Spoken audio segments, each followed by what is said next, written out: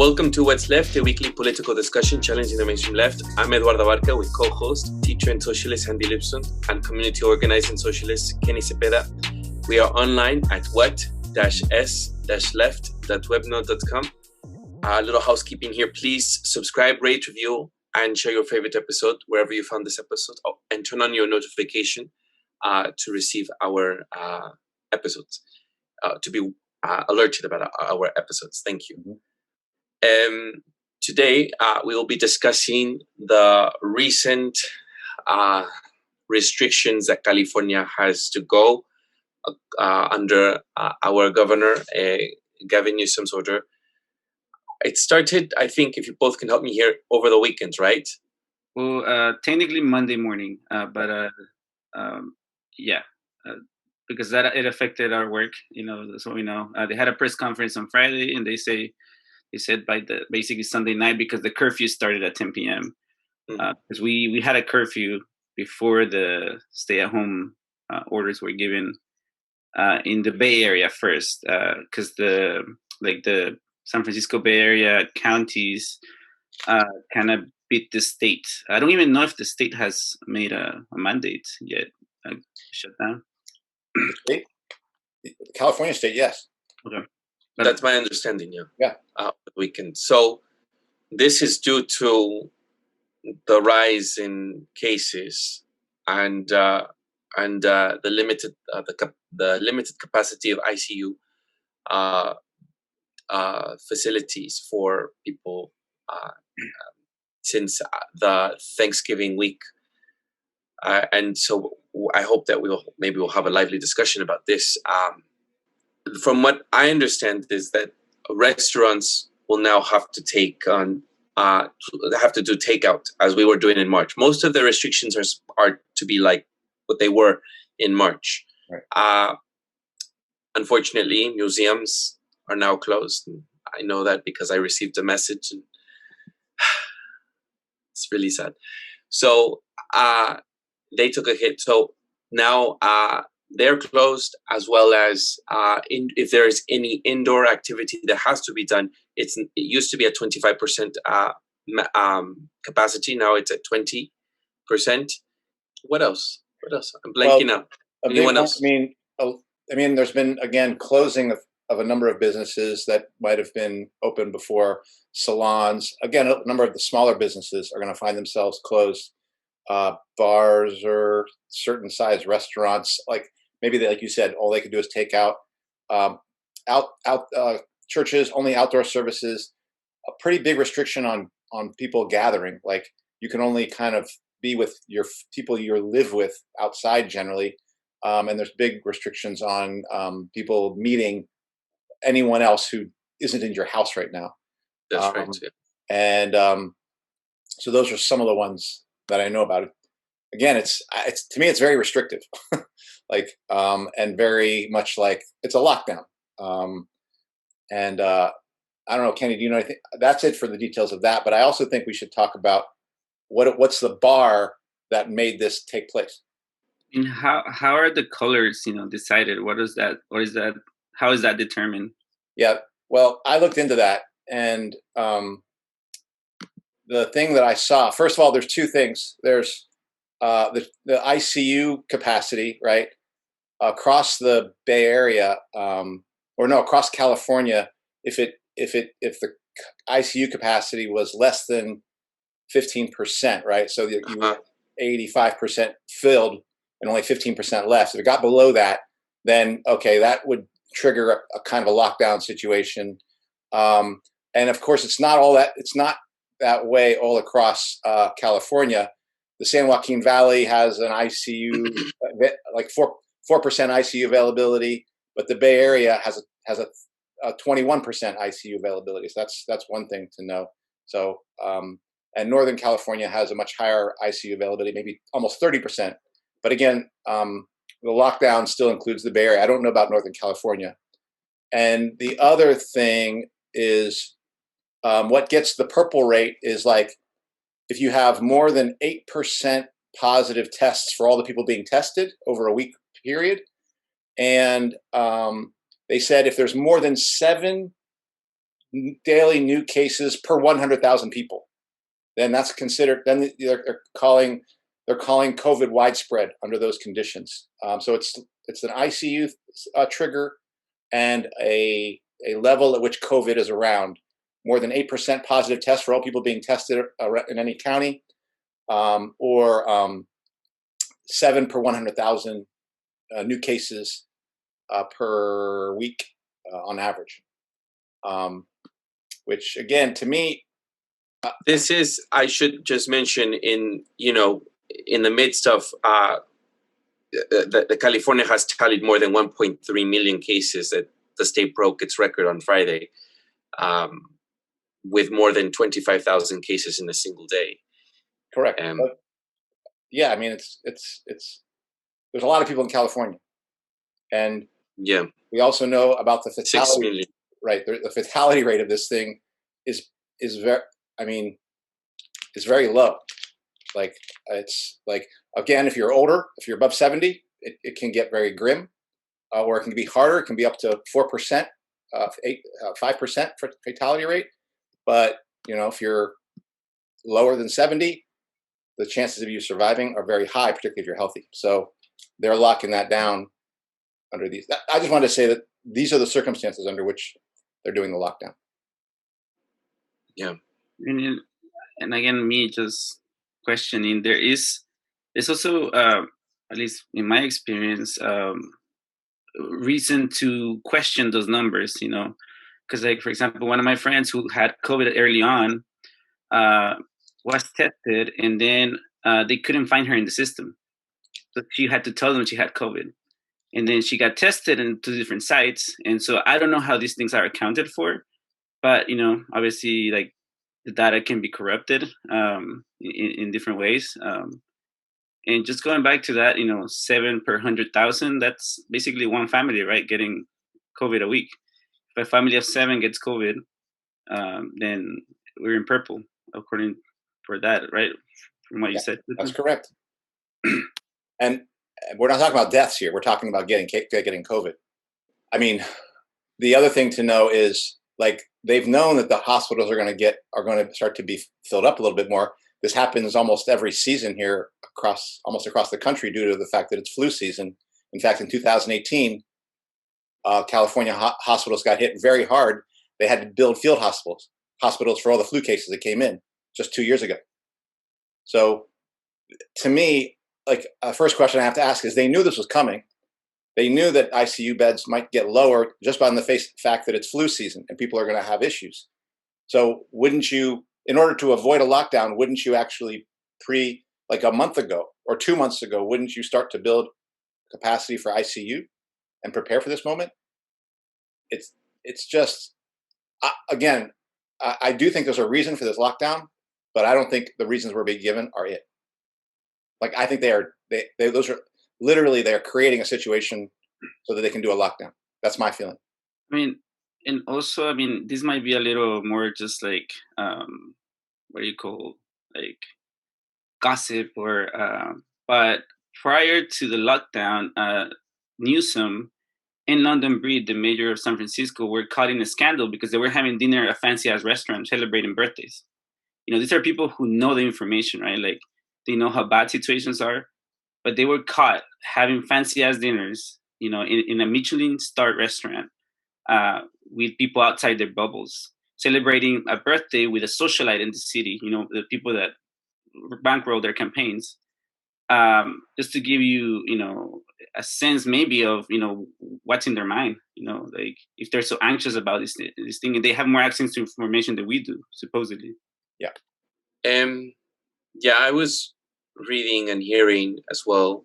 I think today there came out a report I was hearing on Global News podcast, where college students there's a high rate of college students that are feeling very isolated and lonely and dismayed because of the lack of socialization or their college experience being denied to them, which I think is valid and buried in all of this, when I listen to KPFA. I really like their programming. I really do. And I love Upfront in the morning, Edward Tiekert, Brian Edward Tiekert. But there was a part where every Monday, Dr. Schwartz or something like that, some last name, he calls in to give an analysis and commentary about the confinement, COVID, and etc. And there was a moment where he was talking about how this is affecting students, and this is affecting the mental health of people. And immediately the presenter, Brian Edward Tiekert, cut him off and said, well, let's just remember that teachers could potentially get COVID. But I thought Dr. Schwartz was on the right path. He was talking about mental health and how there's a need for students to go to back to school. And he was also talking about the Academy of Pediatrics. And Brian Edward Tiekert cut him off immediately and said, well, he wanted to steer the attention to focus on what teachers are demanding, which is that the teachers feel unsafe going back to school. And maybe it's because of Dr. Schwartz not being able to redirect himself back to say, I'm going to finish what my thought is, but he just didn't even finish about mental health. And that was the first I thought, I have a lot of respect for Brian Edward Tiekert. But in that moment, I felt as if he was controlling the narrative for how the conversation around confinement, COVID, it went.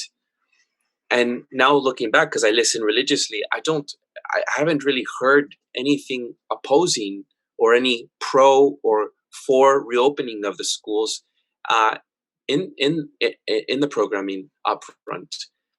And something I think I should write as a cult listener of them. So I guess what I'm trying to say is it's the news, the mainstream news, and even what we may call independent or liberal or independent alternative media that is also just completely focused on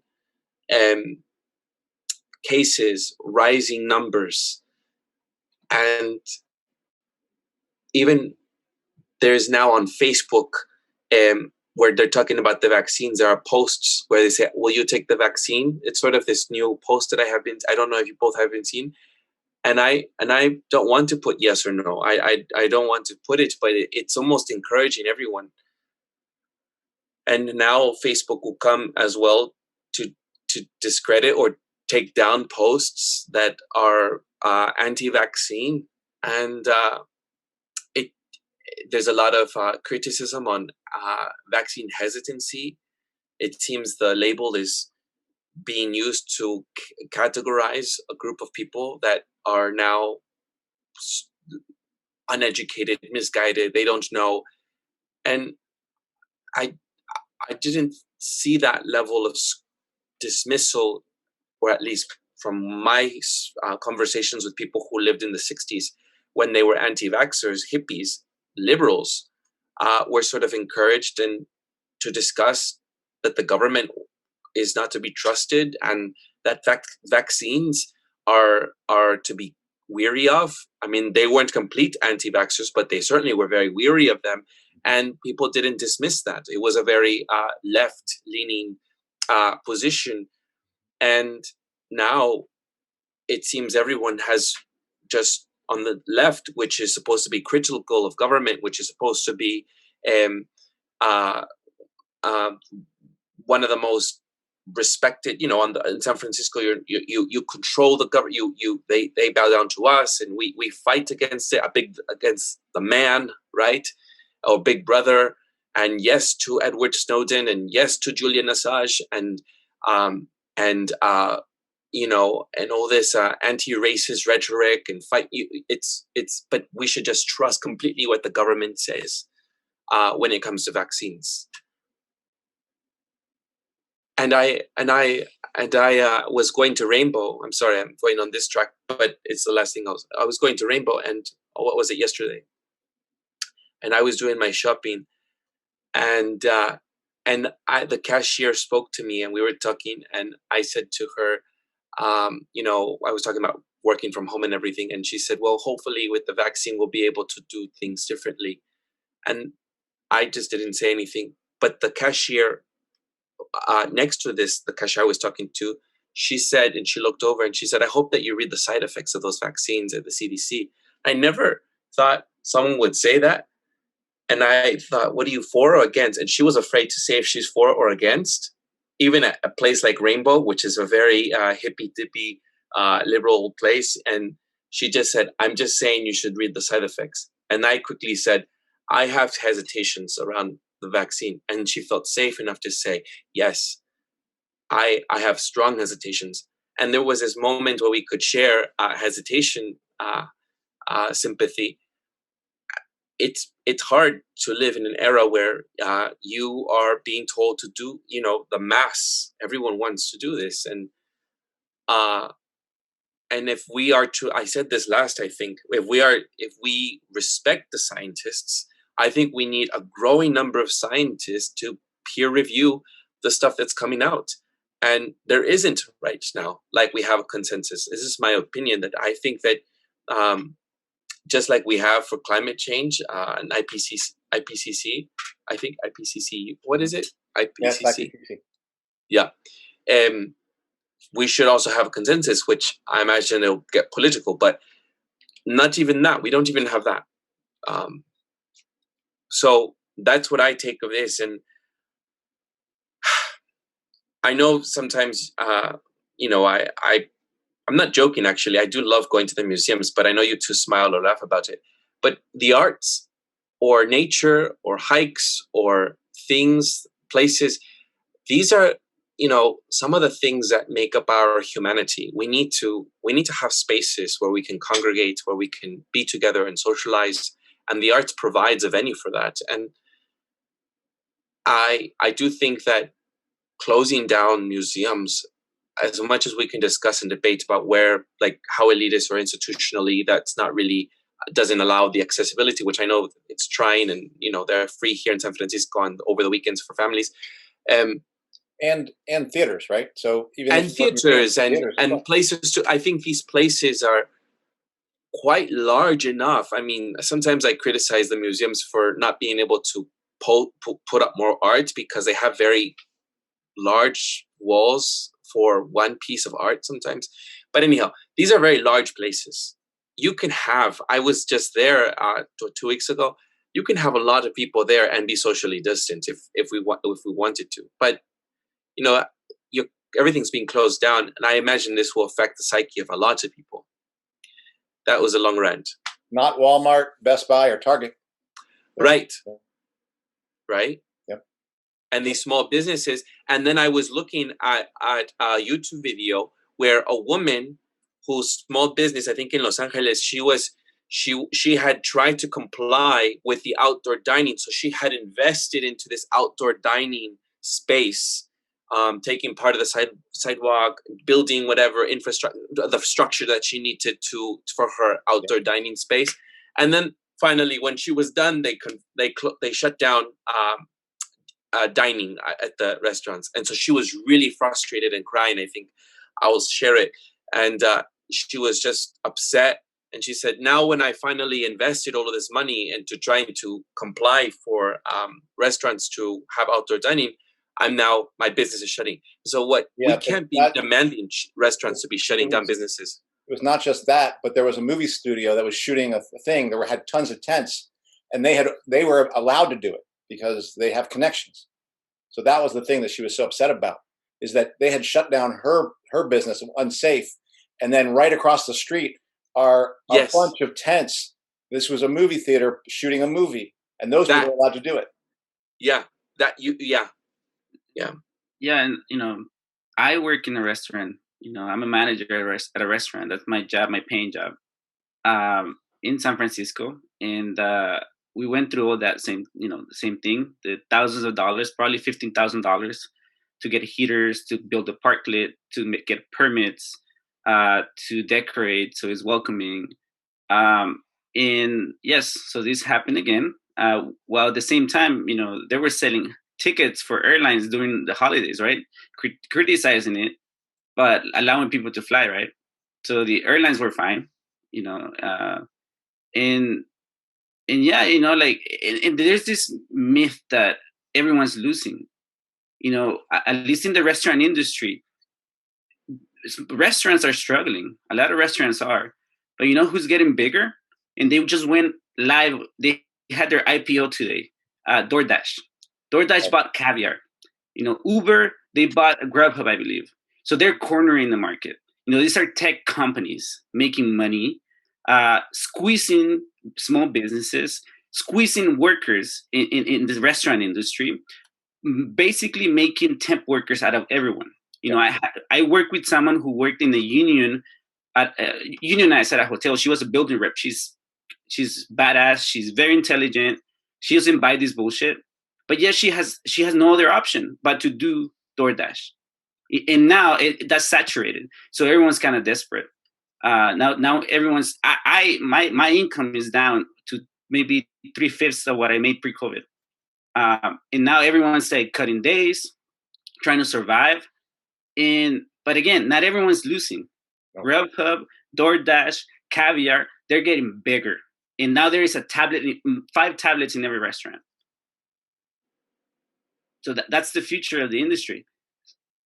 Yeah, I want to highlight this. I mean, Eduardo, you talked about the vaccine and how I think the vaccine does figure in this, and I'll talk about that later. But I think the first thing I want to talk about is I think this lockdown, it's about control, but it also is about making the U.S. economy scream. A certain sector of it scream. For the small business, for workers and things like that, make it scream. And I think there's an actual interest in it for a number of reasons. But I saw the 2 most recent headlines from The Economist, one today and one yesterday. Here's the one I saw today, said this. The headline said, companies have raised more capital in 2020 than ever before in the history of the United States. All right. And the next headline that I saw was the other one. This was the day before. This pandemic will give way to an era of rapid productivity growth. And then the subheading was, businesses have adopted new processes and technologies and there are signs that this may pay off. So the profits for some of the biggest capitalists have just gone through the roof. This goes back to the stimulus package, to the CARES package, where there was that $500 billion that underwrote $4.5 trillion, and that was all going to be used to buy up distressed assets. Well, guess where the distressed assets should be found right now? It's in all these small little places that are having to sell up. There's been a report that 60% of the businesses that have closed are not going to be returning. The small businesses are not going to be returning. So this is intentional. It is helping the United States as a capitalist country to do this because it's allowing the biggest capitalist centers to centralize capital, and they're going to fuse with the state. This is what Operation Warp Speed is out. This will allow them to compete with China. So make no bones about it. Things getting worse for workers is not things getting worse for capitalists. This is definitely getting better for the capitalist class. The thing is that there's another piece now. I actually think the capitalist class has possibly solved a riddle that they've been worried about, which is if we push these workers too hard, we're going to have a revolution, right? If we push them too hard, if we squeeze them too much, we're going to have a revolution. That's what history shows us.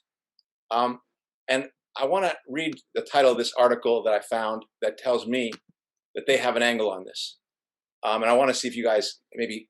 So this is in it's a high school in Texas. It says a high school in Texas opens a grocery store for struggling families where good deeds are accepted as payment. Okay, and here's the deal. Basically, you have a room in the high school where they have food and things like that, and families can get access to that. But if your son or daughter, who happens to be a poor, from a poor family, does good deeds in the school, does extra duties, they can get extra credit so they can get more goods from the store. And that credit is going to be given to them by teachers, by principals, things like this. So what we're looking at is a social credit system that they're going to be putting in place, so that basically they are going to monetize or essentially turn poverty into a control mechanism. That is, the poorer you get, the more incentive you have for behaving, so you get access to the goods, because you can't get it through a job. You'll get it through a UBI, you'll get it through unemployment, you'll get it through things like this, where there's free stores in schools to get you free access to this. If you behave well, and if the teacher dings you on your thing and gives you a like on Facebook, then maybe it happens. That's where we're headed. And this is some of the things and this is how I think they can get away with it. Because I know the capitalist class knows history. But I think part of this thing is this whole digital world that's being built, the fourth industrial revolution. And this is where the vaccines come in, for all of us having to get the vaccine so we can be in the biomedical system, having our biomedical data, allowing us to be part of that system of being monitored. Well, we want to know what's happening with the vaccine, but you actually want to know what's happening with us. That's going to be connected to having us all, like, as Alison said, not just an internet of things, but an internet of bodies, and being controlled through that. So I think this, what's happening with the lockdown is all about helping the capitalists, all about making the economy scream for some, and using our desperation to push us towards the vaccine, so we can say, open up the economy, I'll take the vaccine. And then we're locked into a biomedical digital system. And these are the sorts of things that I think are going to be increasingly in play before us. There was an announcement recently, and speaking of a credit system, social credit system, where there was an option to receive smartphone notifications for contact tracing, as well as a new app that is being rolled out in California called, I think it's California Notify. That from what I put down in my own document here, as a reminder that I wanted to mention, that relies on short-range Bluetooth radios to determine when two devices have been near one another for more than 15 minutes. Right. So this is more of that digital interface that is being it's attempted to be imposing onto people, and in the name of security. So I imagine that we will have more surveillance. Again, as I mentioned earlier, this is the left that was very critical of the Bush years, when they came out that there was a massive surveillance.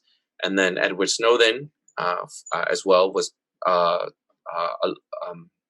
praised for his exposure, for the exposure of the surveillance, NSA surveillance. But most liberals I suppose are fine with now downloading this app and allowing themselves to be traced, and it'll make it easier for those of us that don't want to be traced. In the name of security, the majority wants it, and so there'll be mandates, and that's what I am fearing. As well as with the vaccine, I do believe it should be an option if people want to, and I imagine that this will also lead to mandated vaccines as well. Yeah. And it doesn't have to come from the government, because we all live in mini dictatorships at work. Like, for me, they imposed on us, like, answering questions with our, the generic, like, temperature, sore throat, all that stuff, before we were able to clock in. And they also strongly encourage getting tested regularly. And so there, businesses will be able to make decisions on whether they can allow you to work if you do these things or not. And you basically don't have a choice. You won't have a choice in some of these situations. Yeah, I have to read this article, or a fellow teacher sent me a YouTube thing. She was like, wait a second, I hear they're talking about when you go back to school, they're going to be doing regular COVID testing with the swipe test. She goes, but the data that they get, whatever they get, they're not sharing it with the hospital. They're sharing it with human resources. Like, why is that? You know, I was like, yeah, they're not going to do anything for me. You know, so this very much is building a system of control. And one thing that's never even asked, like I probably should. It's like, look, we just went through this election, and everyone's talking about Trump and being a fascist, and he's gonna be a dictator and things like this, which I honestly think is nonsense. I mean, he's a bad politician. He's like Obama and Clinton and Bush before him. He sucks. But Governor Newsom just declared that we can't go out of our houses and congregate. Now, did he ask anybody in the legislature to, like, did he get an authority through them to do such a thing? I'm just wondering, do you think he did?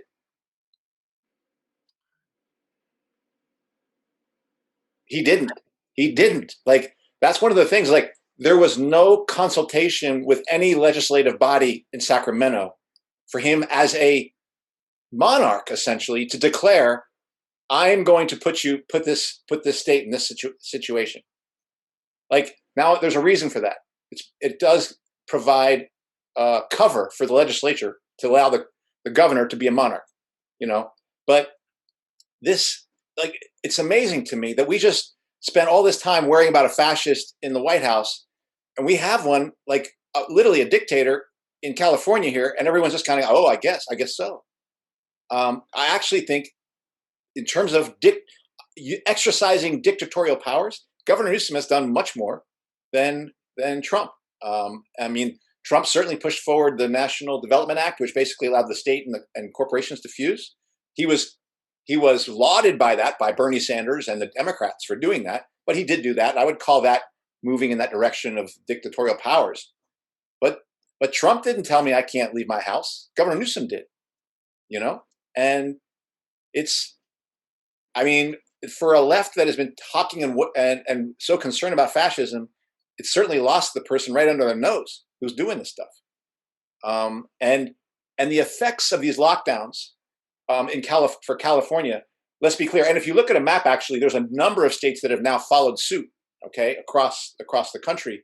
But if you shut down California economy, then you actually have a big impact on the U.S. economy, and they know that. And this is going to be a giant boon for Silicon Valley. So Silicon Valley is loving this. They're basically using their control of California to essentially control the entire country. And of course, the politicians are in favor of it, but it's all moving their way. And lockdown is a big feature of that. And what happens in California usually determines what happens in the rest of the country. Yeah, like they talked about the recovery in 2008. 1 in 7 of the jobs that got created that was part of how they monitored the recovery from 2008 were coming from California. Most of the recovery was seen in California. So California is now leading the charge in essentially shutting down the U.S. economy. And it's intentional because it's allowing the middle section of the economy to be wiped out so it can be bought up on the cheap by the largest capitalists. It's entirely intentional, and they know it's happening. And yes, it's also driving people to beg for a vaccine, to beg for the state to help them, and then say and lock us into a cycle of poverty that makes us even more controlled, because we're saying, I'll be good if you give me extra credits at the food pantry. And there's an estimate, I think, of maybe 19 million people may lose their homes. I don't know, but just as a reference, roughly 10 million people lost their homes in the 2008 housing crisis. So whether it's, close to 2008 or not, it's going to be a lot of people. And again, those distressed assets are going to be bought by by corporations and stuff. I suppose it's I mean, what do we do as a way to organize folks from being tricked? I guess I wanted to know what ideas. It's difficult to hold conversations with people to organize, to go back to school, to create a strike, or to fight for not just a better living wage, but to fight for workers' rights, to be able to control what we do as labor. If this is happening, my guess, how does one come out of this haze or this fog of, yeah. It's like like I think imagine it the way that I see fantasy films. I don't know where this is, where there was a haze that went into the majority that made or tricked them to sleep or something. It seems to be effective the way that the government is being able to use people's fears to not organize and to do as they say, and the left is caught up in it. And the right, less so, maybe. No, maybe less so. Who knows? I'm not too sure. I haven't really felt in those. I'm not in the. I don't have the feelers out there. The right will be more critical of the tyranny of lockdown and the things, but I would say still caught up in the national myth of freedom from, give me back Thomas Jefferson and George Washington, and I want to get my country back. It's like, but at the very least, they're critical, and I agree with them, critical of these lockdowns. There are much more sections of the right are that way. The left is literally begging for lockdown, and this is why you ran into that, what you ran into in Democracy Now! I mean, I'm looking at socialist websites that are literally not even talking about California's lockdown, and even saying, wait, New York is coming out of lockdown. They shouldn't. They got to go back in lockdown. It's like, what the hell? And I've also listened to a lot of like left-leaning podcasts, and they take this the COVID data or news as a gospel. There is no real criticism of it. And I feel like we've been set up for this throughout the Trump administration, because here is this anti-science guy, right? Like the biggest threat, someone who's categorically different than everyone else, and then questioning science now, or questioning what supposed experts say, puts you in that situation where you're dismissed on the left. You're dismissed as a conspiracy theorist or a Republican or an anti-vaxxer. That's like right now, terrorist and anti-vaxxer are, I don't know, ISIS or anti-vaxxer, which is worse? ISIS is old news. Now it's anti-vaxxer. I think anti-vaxxer is now worse than ISIS. Yeah. And that's actually something that I was thinking about, like in the 90s, like the Russian threat like kind of died, right? Because and then terrorism became the worst thing that could happen, because of this big event that created fear and anxiety, and they shoved things down our throat. And now, terrorism, like domestic terrorism was killing more people. So we have this big enemy now that, that is a world threat. And, the U.S. is coming to the rescue, because those Chinese, they're only 86% efficient, with their vaccine, because Pfizer is 92%. You see these narratives being played out. The common cold. Yeah. And so, there are these things. I almost think of this now as a like the space race, Sputnik and all that era, as to who gets there first, and is the vaccine, biotech, and like all tech racing. That's where the race is playing out. Yeah, and anyone that is an anti-vaxxer is seen as ignorant, stupid, and I know I have those feelings sometimes. but that it doesn't help when they're saying very outlandish things, like this is just my opinion, when it saying it caused cancer and whatever, brain and differences, mutation, and I don't know. Sometimes it goes really weird. Sometimes, Andy and Kenny, that it's hard to be aligned with those people. But the reason why I wanted to mention is because I will say that there is a strong reason within, especially people of color communities, to be hesitant about vaccines because of what we discussed some time ago, which is being used as guinea pigs for to test out products, no? And I wanted to share with people that on KPFA 2 weeks ago on Friday, there was a special on Friday where they shared about the history of people of color, Native Americans, and Latinos and Blacks being used in different times, like one for Blacks with syphilis time where they were used. And a lot of them were made to sign off things. And it gave me a strong, I already knew this, that, in Africa that pharmaceuticals were used to try to test out. But I just feel as if people really understood the history of people being used as guinea pigs, would be more sympathetic to understanding why there's a strong hesitancy. So I'll share that in the link in the description box below. But that's not so much because people are ignorant. People have very strong, valid reasons why they are hesitant. Well, literally, during our episode, Brandy sent me, because we were talking about this earlier, she sent me an article titled Anaphylactic Reaction to Pfizer Vaccine. So the first shot, which is not even the one that induces the worst response, has already had people who have suffered from certain allergies going into almost, a kind of anaphylactic shock. So now here's my question. Will there be a team of lawyers going after Pfizer or Moderna when these cases hit? I imagine no. Well, they won't, because in March, the U.S. gave all of these companies liability freedom from any sort of legal claim to, oh, you messed with us. Basically, they were all freed of liability back in March. So that's pretty convenient.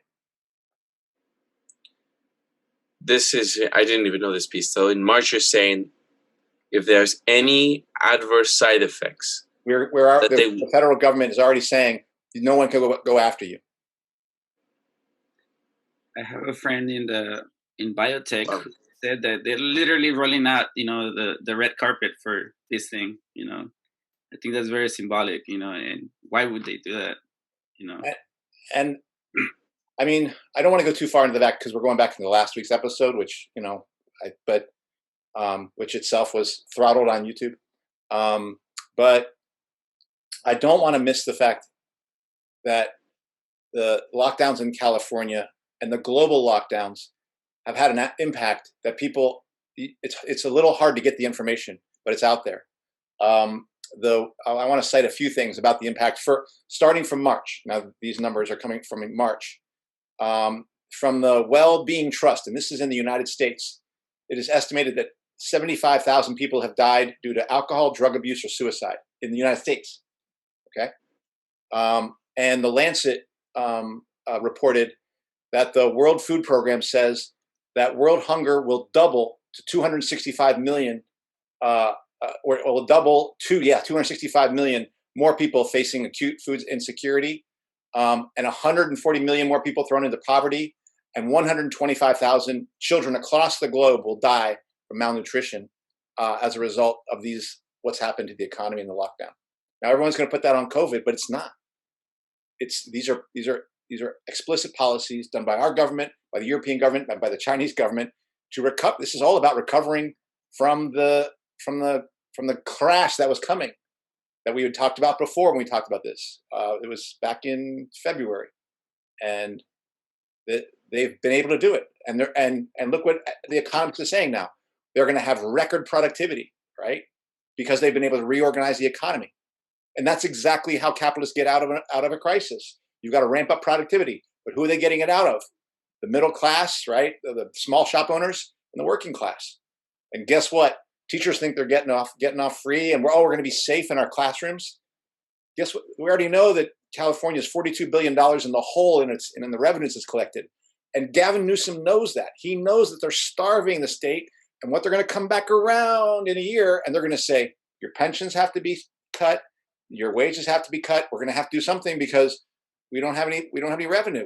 And then again, more desperation and more control. Because the more desperate you are, as long as they've got you in their little system, then they can say, okay, which way are you going now? And if you go the right way, we'll give you a little cheese and keep you afloat. But if you go the wrong way, we cut the cheese off. You're fucked. And we're not going to let you congregate, because that's the last thing we want to see, because we don't want India happening here, and we don't want what's going on in France, and we certainly don't want to see any more of that yellow vest bullshit. And honestly, you're absolutely right, Eduardo. We are going to have to get over it. Like, we are going to have to get over this fear of each other. If we do not, it's going to get much more frightening unless we get over our fear of each other. Yeah, I don't see any way to organize like this. No. As you also showed us last when you just clicked off. But it is a spell. That was the word I was looking for earlier. It is a spell. I have difficulties imagining a way for you all to be able to organize a revolution if you can't even get people to understand that this fear is being implemented to halt that revolution. I find it very difficult to even find any leftist, socialist, libertarian leftist literature, articles, anything to be able to support or to share maybe some counter explanations or what we're sharing here. So I think what we're doing here is quite vital, even though it is risky, and I'm very afraid that we won't have a channel sometimes. But I do think now, having changed my position slowly over time, which wasn't very strong as I would say maybe some of the people who are advocating for a complete shutdown and confinement, no, but has evolutionized throughout this entire thing. And especially after Alison shared with us, that was a big one for me. Yeah. So what does it look like for the labor movement? No. I do want to say that we have, like, after that, people, you remember the episode we did with AJ and the reopening schools, the case for reopening schools. Mm-hmm. She and I and some others have started getting together a small group of educators trying to work together to push for reopening schools. But we're also trying, like, one of the things we talked about is we're not a large group, maybe right now 7 or 8, 9 teachers. There's more teachers than that feel this way, but the people who actually do something right now is small. And whatever we've put our voices out there, we definitely get howled at by our colleagues who are just like outraged. But we do see the need to actually meet like in the same physical space. Like, it's not good enough for us to meet here on Zoom. And all of us recognize that need, not because suddenly we're going to get stronger, but we have to overcome that. Like, we're going to have to overcome this division. I went to a little mini action that I went with 3 or 4 colleagues to, like, do my class in front of 555 Franklin instead of here in this room. And to be honest, to be around them was a little awkward. I haven't been around people like in that kind of environment. Like, I knew AJ, but the other people I didn't know as well. It's going to take getting over being around people again to see them in actually 3-dimensional space. So we're training kids to look at each other this way. I've had 50 years to get used to actually seeing people in 3 dimensions. Right now, we're training kids to see people in the same way they see their characters on Minecraft and Fortnite. I know what you're talking about, Andy. My neighbor, there's an adolescent that lives just at the corner here, and she rides her skateboard right in front of the house. And she's the only white girl in this neighborhood. Well, there's other white people, but they're older mostly. And she's the only white girl, and she's the only girl on a skateboard. And she's been there for hours all day from the morning and last week. And I just said to her, do you want to join us for dinner? And like, I didn't want to say, because I didn't want to come off as a predator to her. Right. But then when she saw me and Kahanu, when she saw me and my nephew, and then she saw us, and I just, do you want to come over? And she was so awkward. But then she later said to me, thank you so much for inviting me. I was so lonely being at home. And I felt so bad. Yeah, it really hit something for me. But anyhow, I just thought of what you said. People get awkward. And how are we going, and our adolescents who are not used to being around who already have self-esteem issues, who already have self-image issues, who already have low confidence issues, not sure of themselves. And I remember being an adolescent myself and wondering so much about what other people thought, and now it's affecting people. So yeah, anyhow, I just got something came up for me when you said that. Yeah. Well, I think that's amazing what you did, and I know that you risked being seen, blah blah blah, but I hope more of us start doing things like this. Yeah, because we're going to need to break through that. We're so worried that fascism was coming, and I think it's here. It's been here. California Uber alles.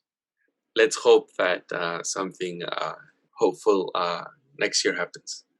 Well, maybe when Biden gets there, I think things will really pick up. He might be mandating for. He's going to mandate masks for 100 days, I think. Speaking of which, Biden, I just wanted to say that there are people, war hawks, that being appointed right now to his cabinet, the Secretary of State, and other people that are being appointed. Oh yeah. Even what's his name, Kenny? Sean King. He's such a liberal, talking head. Yeah, but yeah, even him. Or okay, well, Sean King even came out saying about something that no matter if they are, he said this sometime in this week. He said it was treading very carefully around identity politics. He said we need to not appoint or be worried about the skin color of what these appointees will be, because there are many people who are of various colors who will come after us, even if they are black or women. And he was treading very carefully around it, but it is an identity politics issue. And he was just saying that even the most appointed, the person appointed for some military defense thing is the first African American appointee. He still has a history of doing lots of horrible things in Syria. So anyhow, I just thought I'd share that with both of you, that Biden isn't the change that people are expecting. And I also want to make sure people don't get their news from Sean King. I actually, I target him every week. He's such a talking head, liberal talking head. He's a Bernie supporter. He defends him. It's disgusting. Honestly. But it also, if you want an example of what I believe is a perfect example of liberal identity politics, go look at him. Yep. And what's interesting, as we talked about fascism and dictatorship, apparently Sean King is much more afraid of criticizing Biden, Kamala Harris, and his defense appointments picks than he is of criticizing Trump. So what's that about? So the fascist, you can go out and just rip into him, but the liberal Democrat president, you got to be frightened of. What's going on here, folks? It's not easy, but maybe we'll have a different perspective from Trump supporters next week. No? Yes, that's right. Well done. I'm ready for them. Anyhow, we'll see what they think. Yeah. Well, that does it for this week's episode. What's Left is a weekly political podcast / channel challenging the mainstream left. We post information about our topics and our guests on the episode notes, wherever you found this episode, or on our blog at what-s-left.webnode.com. You can find past episodes to this podcast / channel there and connect with us. I remind folks that if you like anything you have heard here, please share your favorite episodes, rate, reviews, subscribe, and turn on your notifications to any of our 6 platforms on Spotify, iTunes, Podcast, Stitcher, Google Play, Bitchute, or YouTube. And if you would like to give us feedback about something you've heard or suggest something for us to cover, contact us through our blog. I'm Eduardo Barca with co-hosts Kenny Cepeda and Andy Lipson. See you next time.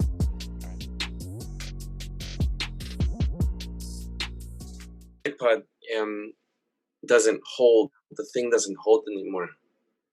Because you broke it? Because it fell. Because you broke it.